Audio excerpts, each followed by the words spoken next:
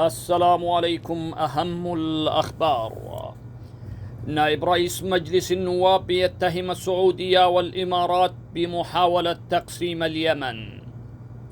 اتهم نائب رئيس مجلس النواب عبد العزيز جباري السعودية والإمارات بمحاولة تقسيم اليمن.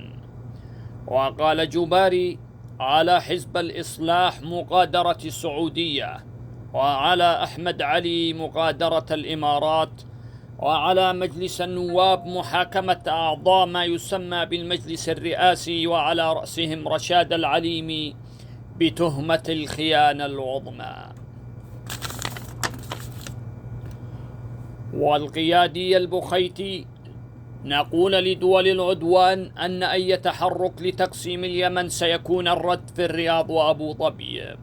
أكد محمد البخيتي القيادي في أنصار الله ومحافظ محافظة دمار، أكد أن أي محاولة أو تحرك لتقسيم اليمن سوف يكون الرد في الرياض وأبو ظبي.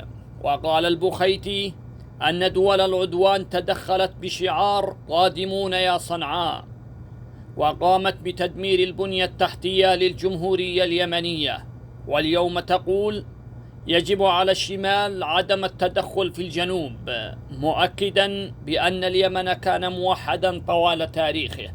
وأكد أن أي تحرك لتقسيم اليمن سيكون الرد في الرياض وأبو ظبي مؤلم.